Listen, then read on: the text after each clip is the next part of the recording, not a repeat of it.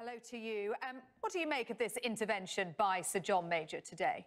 I think it's a very important intervention, and you would expect me as a Labour MP to be critical of a Conservative government, but it's really quite unprecedented for a former Conservative Prime Minister to criticise the current trajectory his Conservative government is taking us on.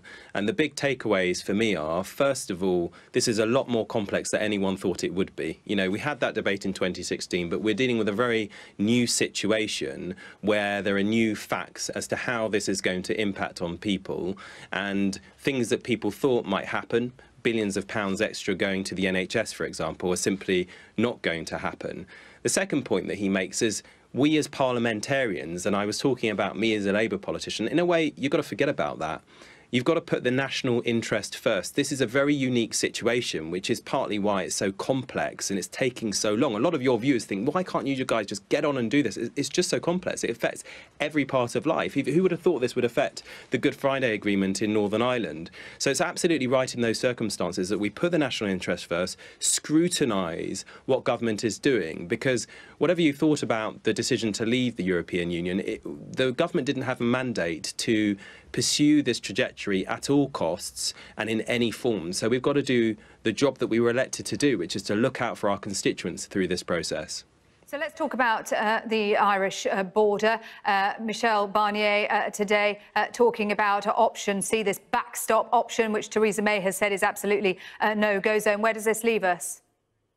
Well, the only way of avoiding a hard border in Northern Ireland, and if you had a hard border, this would threaten the Good Friday Agreement, which let's not forget brought peace to the island of Ireland after decades of bloodshed.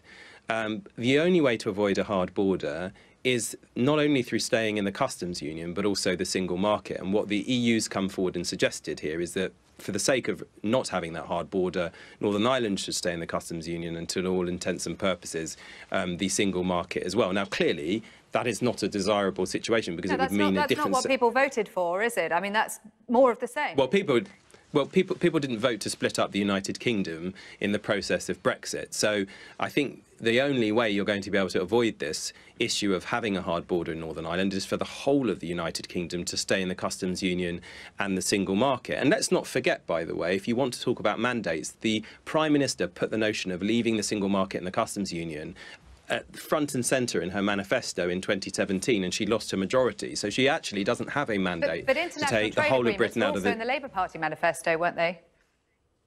The Labour Party manifesto said that we would seek to continue to get the benefits of the single market and the customs union. It didn't say how. The European Union has since been very clear that you can only continue to get those benefits if you stay part of the single market and the customs union. That is absolutely clear. And I really think, to be frank, there's a lot of delusion about what we can get from this process. You know, there's a suggestion that we can not only leave the European Union, but leave the customs union, leave the single market, and get all the benefits. Now, why on earth would you be allowed to get the benefits of a club without being in it and having the obligations and paying the subscription fee? I mean, what, you wouldn't join the club? OK, Chuka, a minute. Let's bring in Jacob Rees-Mogg and ask him that question. Jacob Rees-Mogg, are you delusional? Is the only option here, in order to protect the Good Friday Agreement, to remain in a customs union and the single market? Oh, absolutely not. That means we don't leave the European Union. Those are the essential pillars of the European Union. And I would dispute that there are advantages of being in either of those. The customs union is a protectionist racket that increases the price of food, clothing and footwear in the United Kingdom. And the internal market simply piles regulation upon regulation on British businesses and makes us less efficient and competitive. Being out of those two is a huge advantage for us. And the issue in Northern Ireland, as has been said by European Parliamentary Committee, can be solved by technological solutions, some of which have been trialled in other parts of the world. But where are those technological solutions? Because Michel Barnier is saying that the clock is ticking. We've got to up the pace here. And in the absence of any solutions presented by the government, the EU is giving its options, option A, B or C. Option A, the cake and eat it argument, which it's already said no to. Option B, the technological answer, which it's called the Narnia option. And option C, ultimately, Northern Ireland is annexed. Well, I think that's silly. And well, Option C would be in breach of the confidence and supply agreement between the Conservatives and the Democratic Unionist Party. So if the government went for option C, it would fall. It is not a serious option. It's not one the government could accept. We cannot split the United Kingdom. Northern Ireland is as much part of our country as Somerset is, and for the European Union to be proposing splitting up the United Kingdom is quite improper of it, and it's an improper suggestion for them to make. The technological solution is to say that you can have trusted trader schemes that exist in other parts of the world, that you can settle customs duties if there are any. We may have a free trade arrangement, and therefore there won't be any customs duties beyond the border. Bear in mind there is already a border between Northern Ireland and the Republic of Ireland. There's a border for excise duties, there's a border for VAT, there's a border for illegal immigration, all of which are enforced separately on the different sides. And these are dealt with by efficient technological solutions. So I think the problems are being overstated, and that the border can be kept free of physical infrastructure and men in peaked caps. What is, of course, going to change is that there will be a different regulatory and customs system, slightly elaborated from where we are now. Chuka, a minute, you're shaking your head. Is this not simpler than we're making it out to be, as Jacob Rees-Mogg says?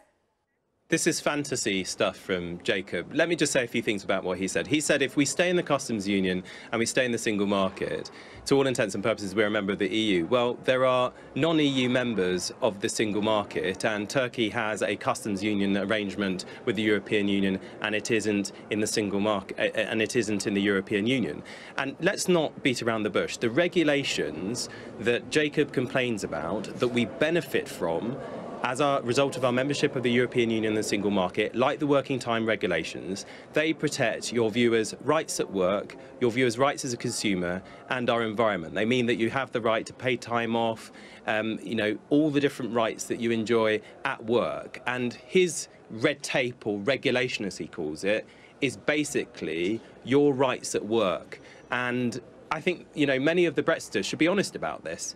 They believe in deregulation. They see your rights at work as standing in the way of business, when actually there's no evidence for that whatsoever. And I haven't spoken to one EU official, one member state government, who believes this technology solution that's been put forward will solve the problem of having a hard border in Northern Ireland. And the point is, by being in the single market and the customs union, you've got frictionless trade between Northern Ireland and Ireland at the moment. You come out, you don't get that. Jacob Rees-Mogg. Well, Mr. Umunna has elided two things. Turkey is in a customs union but still has border controls. Norway is in the single market but still has border controls. Which is why you need both. There both. is no country that is both in the customs union. And that was my point. If you are in both the customs union and in the single market, you are still in the European Union. That is the key point here, and that was the point I was making. So to try and pretend that because countries that are individually in one are able to be outside the European Union means that if you're in both, you're not in the European Union, is, I think, dissembling. But I want to come on to this issue of regulation. VAT on tampons, on electricity, on gas is set by the European Union. We would be free to remove VAT on all those areas if we were outside the European Union.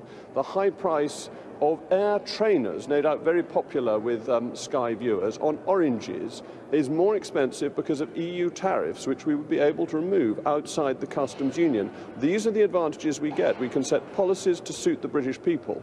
And the key thing to remember in our negotiation is the strength of our position, that when we leave the European Union, we won't have to impose any border in Ireland if we don't want to. That will be a unilateral decision to be taken by the British government. But if we do, that's what the European Union wants, and we go along with it. The losers will be the Republic of Ireland. The economy of the Republic of Ireland would be in very bad shape if we imposed the common external tariff on them. Irish agriculture, with tariffs on beef of up to 70%, would be ruined if we imposed that. So the Irish have a huge interest in keeping the border open. Okay, Jacob Rees-Mogg, I'm sorry to cut you short. I'm sorry to cut you short, but we are out of time.